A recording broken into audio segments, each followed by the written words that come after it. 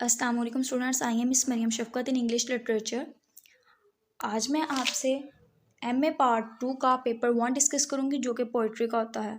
Poetry के इस paper में आपको 7 क्वेश्चन आते हैं। 7 में से 4 क्वेश्चन आपने सॉल्व करने होते हैं और 3 क्वेश्चन ऐसे होते हैं जिसमें आपने असाइनमेंट्स अटेम्प्ट करनी होती है और एक क्वेश्चन जो होता है जो कि एसेंशियल क्वेश्चन है पेपर का, वो है रेफरेंस कॉन्टैक्ट्स का। उसमें भी आपने 3 पार्ट्स उसके सॉल्व करने होते हैं और इसके लिए आपको आपकी जो यूनिवर्सिटी, आप जिस भी यूनिवर्सिटी से बिलोंग कर रहे हैं, आपको आपकी यूनिवर्सिटी बहुत से राइटर्स जो है रेफ़र करती है कि आपने इनकी पोइट्रीज़ पढ़नी है जो भी आपके सिलेबस में है अवेलेबल हैं।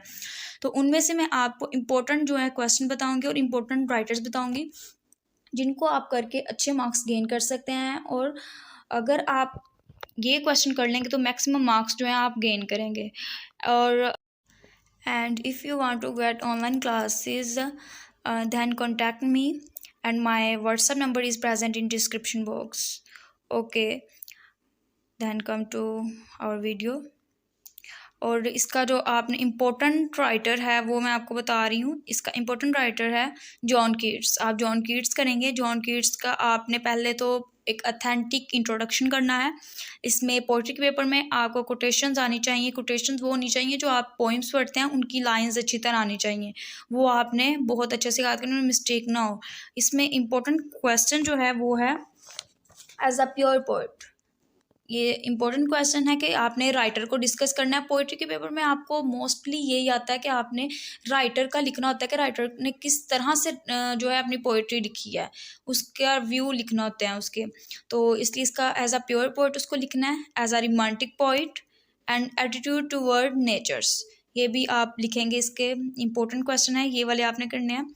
और इसकी जो इम्पोर्टेंट जो मैं अब आपको बताने लगी हूँ, क्रिटिकल एप्रिसिएशन आपने करनी है। कुछ इसके हैं पोएम्स, आपने सिर्फ यही करनी है। इनमें जो इम्पोर्टेंट पोएम्स हैं, ode on a Grecian urn, आपने इसके ऑड करना है। Ode on a Grecian urn, और टू अ नाइटिंगेल, और to autumn, and introduction to Hyperion, ये आपने कर लेनी है। इसकी लाइंस इतने अच्छे से करनी है कि आपको अगर लाइंस आ जाएं तो कहीं से भी आए तो आपको पता हो कि ये वाले वर्ड्स आई हैं, तो इसका बारे में आपने लिखना होगा। So these are most important question of John Keats. And then we come to Samuel Taylor Coleridge.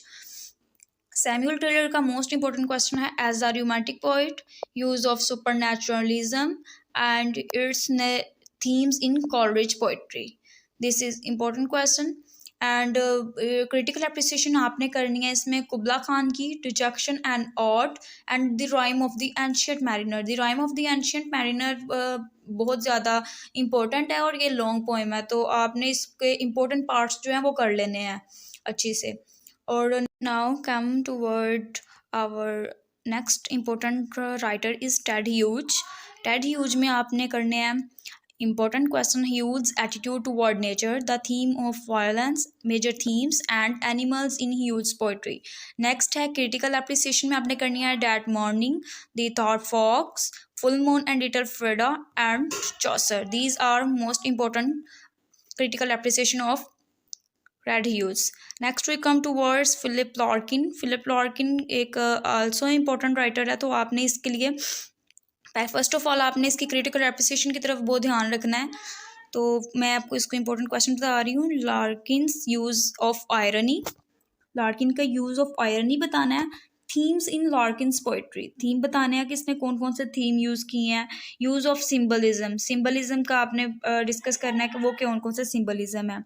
Next है लार्किन्स टेक्निक एंड स्टाइल, उसका जो टेक्निक्स उसने यूज़ की हैं कौन कौन सी, वो सारा कुछ आपने बताना है। नेक्स्ट उसकी क्रिटिकल एप्रिसिएशन है church going, mister Bleaney, ambulance and MCM XIV.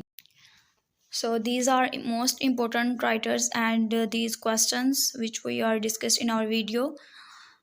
So I hope so you got almost a good knowledge through my video, and please like and subscribe it and share it to your friends, and दुआ में याद रखें। अल्लाह हाफिज़। God bless you students.